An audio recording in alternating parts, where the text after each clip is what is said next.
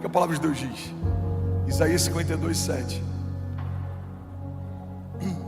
Como são belos nos montes os pés daqueles que anunciam as boas novas, que proclamam a paz, que trazem boas notícias, que proclamam salvação e que dizem a Sião: o seu Deus reina. Quem pode dizer glória a Deus por isso? Como são belos os montes os pés daqueles que carregam uma boa nova. Sabe, uma das primeiras tentações de um jovem ministro, eu vou falar e você vai pensar talvez até no nome de alguns jovens pregadores. A gente acha que o fato da gente ser cético, crítico, pragmático, isso demonstra profundidade, maturidade, seriedade. Tem pessoas que vão criticar minha teologia e vão dizer que eu sou triunfalista ou positivista. Você acredita que tudo vai ficar bem? Não, eu não acredito. Eu tenho uma firme convicção. Mas isso não é positivismo, isso é coerência. O evangelho que me alcançou fala a respeito de um Deus que enfrentou a morte, mas ao terceiro dia venceu a morte para me dar acesso à ressurreição também.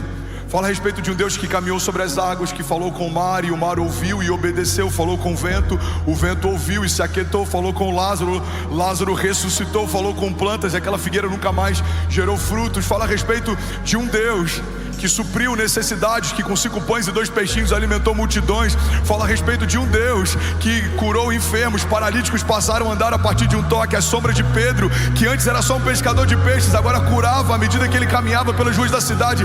Não dá para ler os evangelhos e esperar de Deus algo diferente de quem Ele é, porque a palavra de Deus também diz que Ele é o mesmo ontem, hoje e para sempre. Não há variação no seu humor, não há variação na sua personalidade, não há variação na sua conduta, não há variação nas realidades do reino de Deus. Não é um reino que muda de geração em geração, é um reino que se estabelece de geração em geração. Então não dá para ser pessimista carregando a própria vida de Deus dentro de si. Alguém está comigo? Diga amém.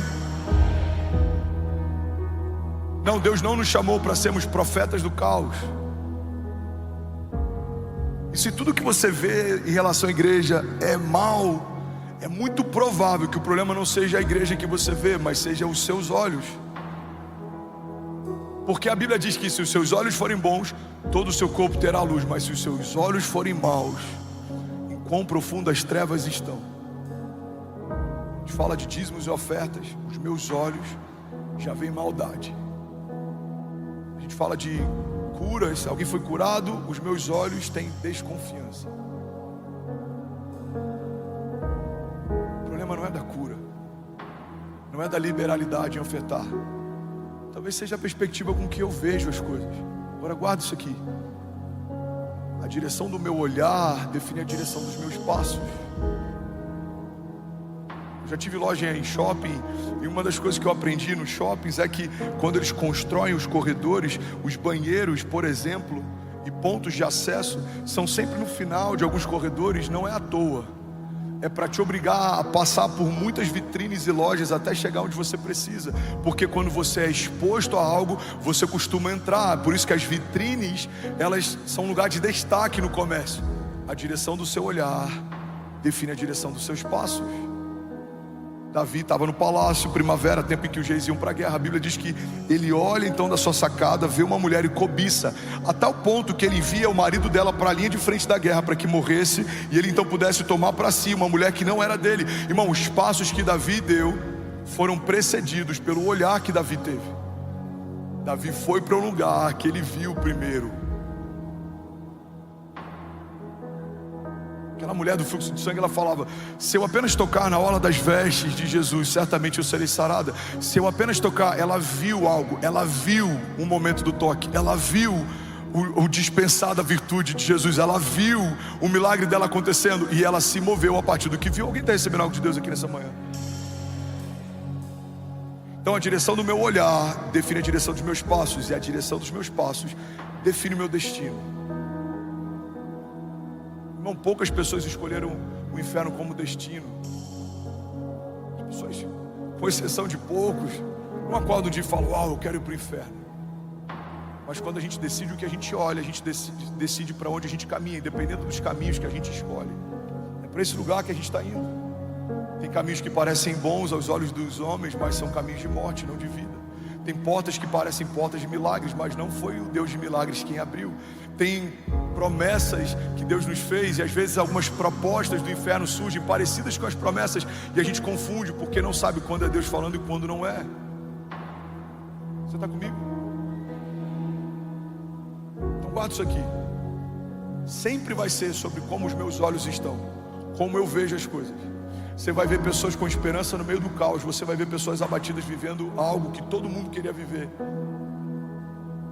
Irmão, durante o Covid, bilionários se suicidaram porque se tornaram milionários. O cara que só vê dinheiro quando muito dinheiro acaba, por mais que ele ainda tenha muito, ele só consegue ver o muito que ele perdeu. Tem gente, irmão, que está lá no meio de um abrigo, com mais expectativa em relação a reconstruir e recomeçar do que muitos de nós, porque algum desejo que a gente tinha não aconteceu. Mas a palavra de Deus fala que aqueles que carregam a esperança, eles são diferentes. E é sobre isso que eu quero falar nessa manhã. Você está comigo? Diga amém. Irmão, olha para mim. Você não pode, você não tem esse direito de ser desanimado, cético todo o tempo, se você carrega uma palavra de vida dentro de você. Você não tem esse direito. Pastor, eu posso me abater? Pode. Você não pode permanecer abatido. Pastor, eu posso desanimar? Pode. Você não pode permanecer desanimado. Pastor, eu posso me enfraquecer? Pode. Você não pode permanecer no lugar da fraqueza, porque é nesse lugar que a força de Deus se revela. Diga ao fraco: eu sou forte. Pastor, eu posso sucumbir no vale? Pode. Você só não vai morrer no vale. Pastor, eu posso pensar em desistir? Pode. Você só não vai desistir. Irmão, você até pode passar por momentos de desânimo, todos nós passamos, mas você precisa levantar os seus olhos aos montes e se lembrar de onde veio o teu socorro, porque se os nossos olhos estiverem nos vales, a gente esquece que estamos a alguns passos do nosso milagre. O salmista diz: eleva os meus olhos aos montes, de onde vem o meu socorro? Você não pode elevar os seus olhos aos seus gigantes, não é de lá que vem o teu socorro. Você não pode ficar colocando o seu olhar só no diagnóstico, não é do diagnóstico que vem o seu socorro. Max Lucado fala, eu já falei sobre isso milhares de vezes, eu acho até que ele podia me ceder essa frase. Max Lucado diz: olhe para os seus gigantes e você tropeçará. Olhe para o seu Deus e os seus gigantes tropeçarão. Você está comigo? Glória a Deus. Vamos, igreja, a gente pode mais, tem mais de Deus para essa manhã.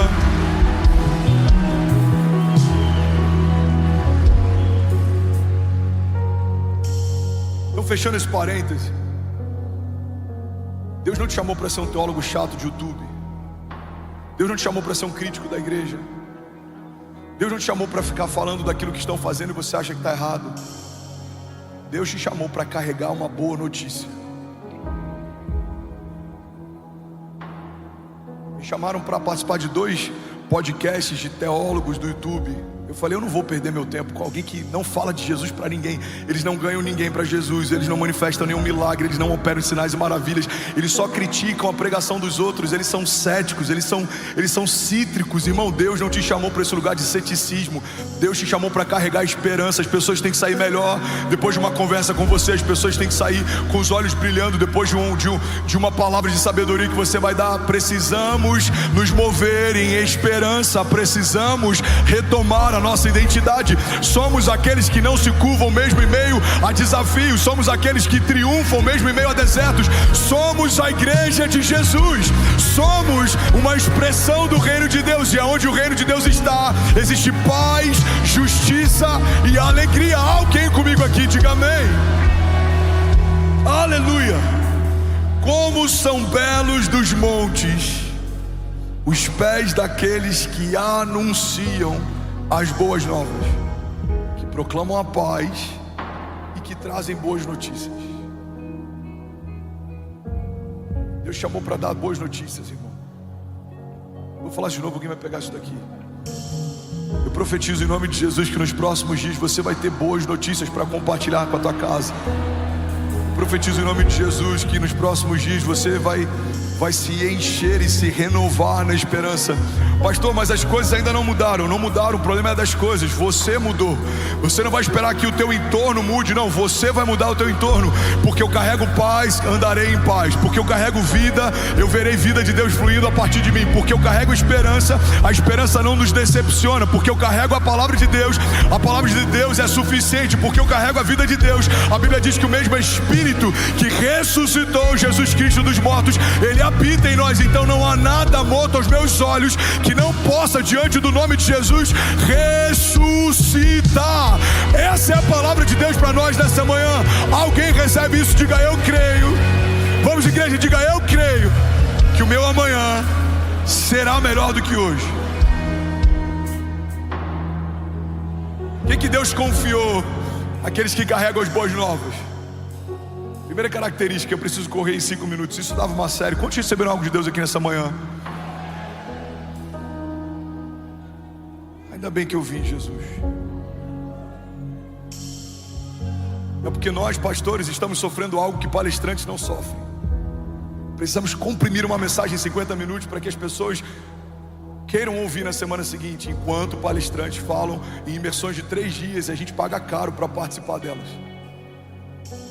Então deixa eu comprimir ao máximo para que ninguém se ofenda com o tempo. Mas eu tenho uma palavra de vida para alguém aqui nessa manhã. Eu tenho uma palavra que vai mudar o destino de alguém aqui nessa manhã. Você está comigo? Diga amém. Vai mudar até o almoço de domingo hoje, irmão. Sua sogra não vai falar de problema na mesa, não. Você não vai falar de problema na mesa. Você vai falar de boas notícias. Você vai falar de boas novas. Se o seu cunhado puxar uma notícia ruim no meio da mesa, você vai falar: não, peraí, hoje não. Vamos falar de boas novas. Você viu que coisa incrível? Você viu aquela família que foi resgatada? Você viu aquilo que está acontecendo? Você viu o contrato que eu vou assinar essa semana? Você viu meu filho começou a andar? Você viu, já está jogando futebol? Deus está fazendo uma coisa nova. Aleluia. Aleluia, vamos, igreja, se for para Jesus, será que você pode fazer barulho? Aleluia. Veja, Deus está fazendo uma coisa nova. Glória a Deus. Glória a Deus. Glória a Deus. Não, mas a política, não, é porque o mercado... A igreja de Jesus está mais forte do que nunca. A igreja de Jesus está expandindo e operando milagres. Voluntários estão se doando por uma causa maior. Deus está redimindo a nação. Deus está fazendo algo novo. Deus está sacudindo as estruturas. Deus está nos despertando. Nação, desperta e resplandece, diz o Senhor. Aleluia. Você sabia que isso é contagioso, irmão? Esperança é contagioso. Esperança é contagioso. 2 coisas altamente contagiosas. Você tem que ter muito cuidado em manipular as duas: o medo e a esperança. Quando eu digo manipular, eu falo sobre, poeticamente, eu falo sobre você manejar, você tocar, carregar. A esperança é contagiosa. Se você não quer ser uma pessoa que muda os lugares positivamente por onde passa, não toque na esperança. Ela é contagiosa, altamente contagiosa. O medo também. Um homem, guarda isso aqui, que não é posicionado em Deus, se torna um homem fraco. E um homem fraco gera filhos medrosos. E uma geração medrosa não opera em sinais e maravilhas, porque antes de ver Deus livrá-los, eles já fogem dos campos de batalha. Lembra daquele provérbio oriental? Tempos difíceis geram homens fortes. Homens fortes criam tempos fáceis. Tempos fáceis criam homens fracos. Homens fracos criam tempos difíceis. Quantos herdeiros perderam tudo?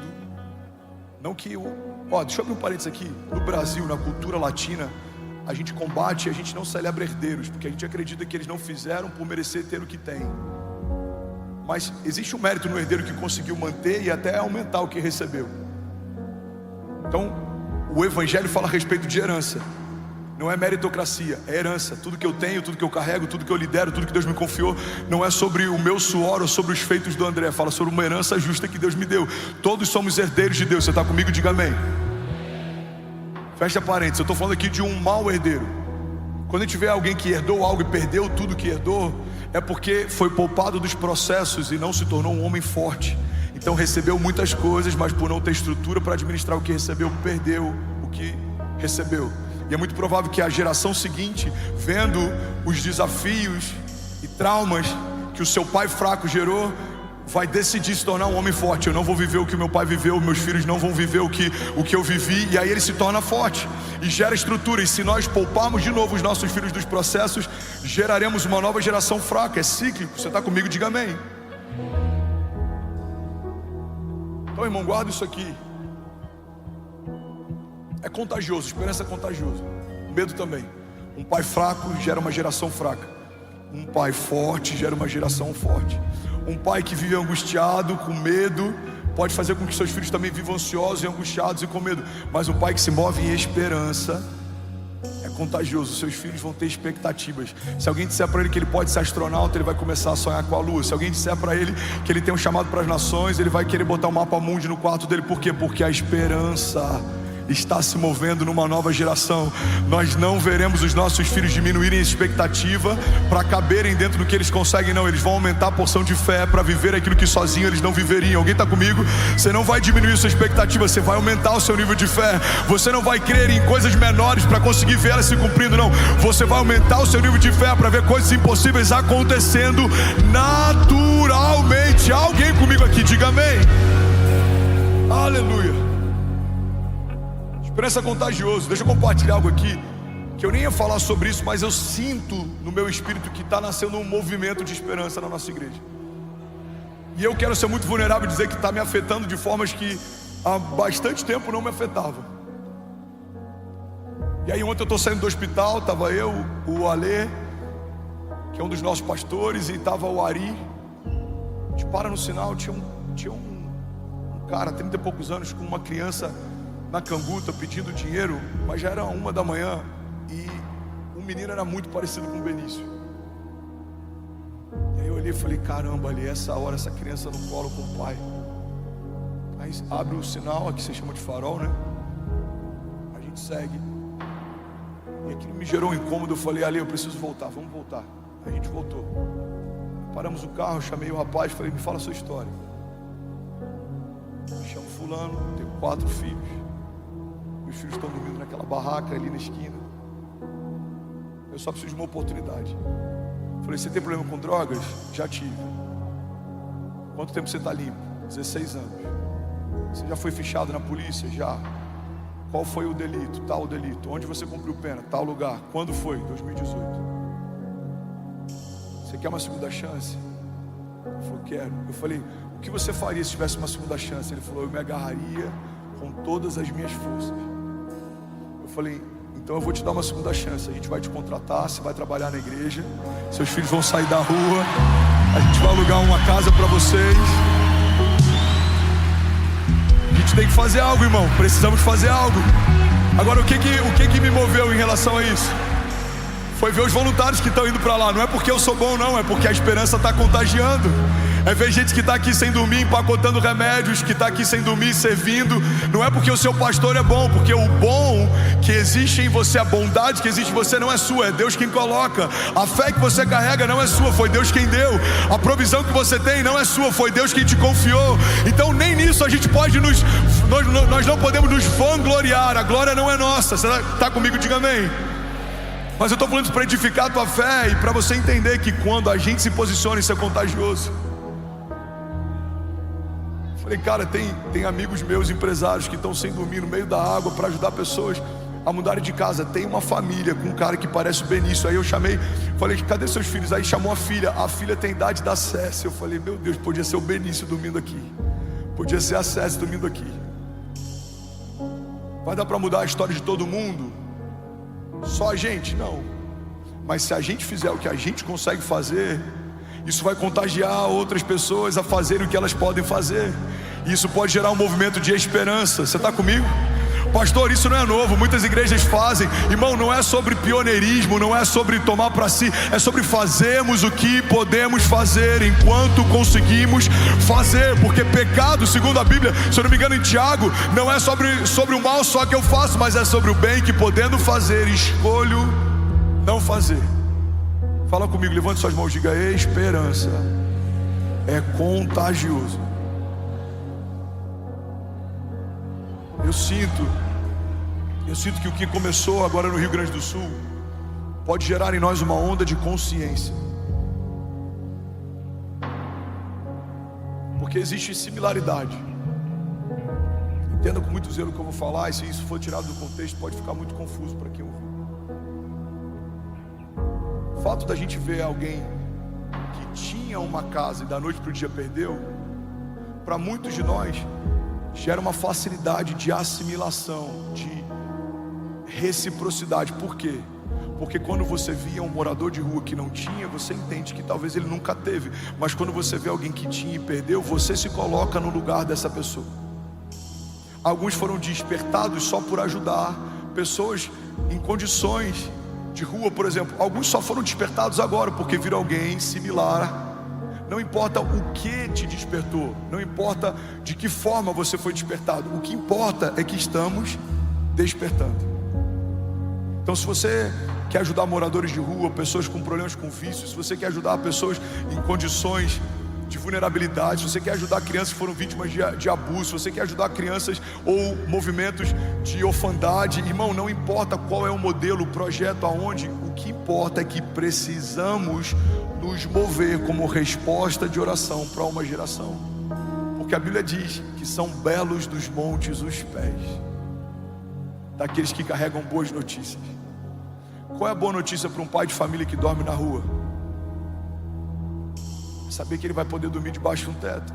Qual é a boa notícia para alguém que passa fome? É saber que ele não vai passar fome no dia seguinte. Agora, qual é a boa notícia para toda a criação? É a mensagem do Evangelho. Essa é a boa nova. Estávamos cativos, fomos libertos. Éramos escravos, fomos feitos filhos. Estávamos perdidos, fomos encontrados. A vida encontrou a morte para que pudéssemos viver. O único Filho de Deus foi feito cativo para que nós fôssemos feitos filhos de Deus. Essa é a boa notícia. Você está comigo ainda? Diga amém. E eu preciso finalizar, eu vou falar sobre 3 características, e a banda pode subir, para parecer que a gente está acabando, sobre 3 características daqueles que carregam esperança. Alguém recebeu algo de Deus nessa manhã, de verdade? Primeira característica de quem carrega esperança: você se torna um ministro da reconciliação. Olha para mim.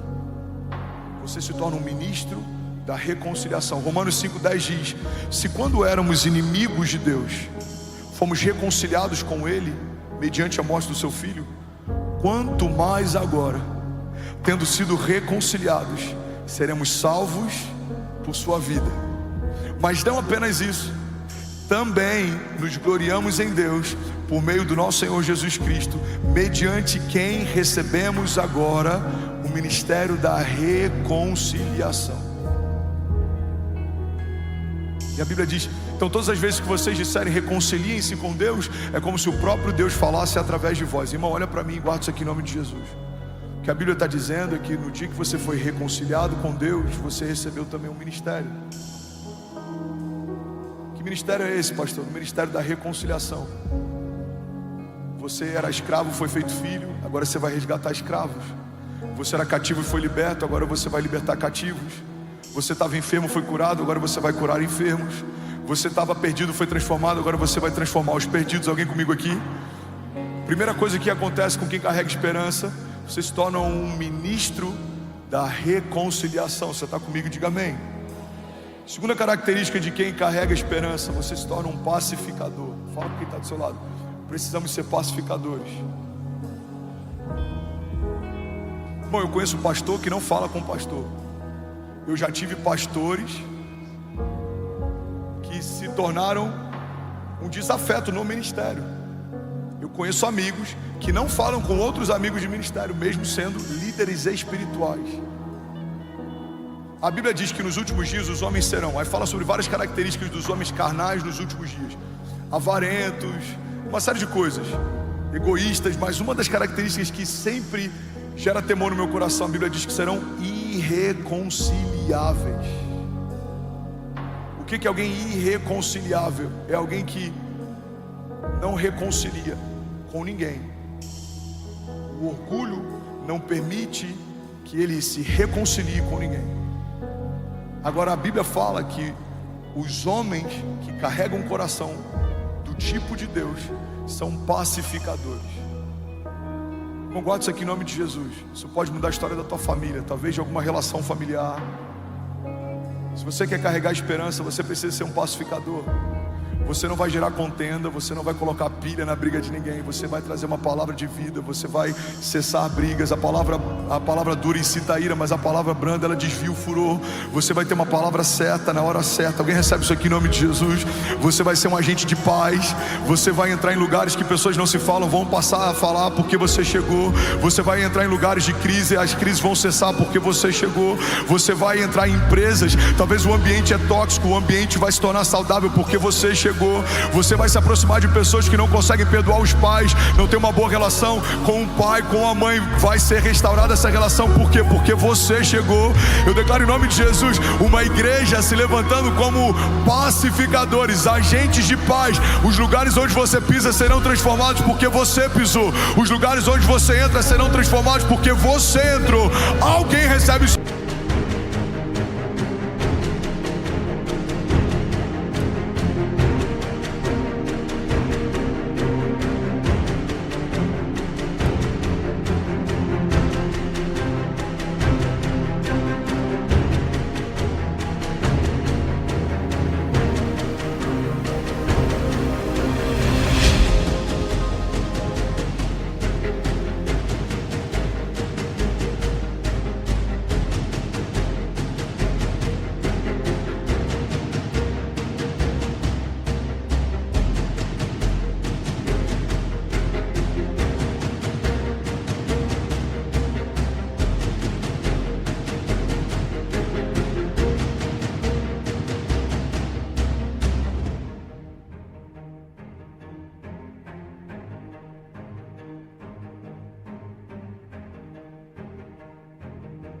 Aqui em nome de Jesus, diga amém.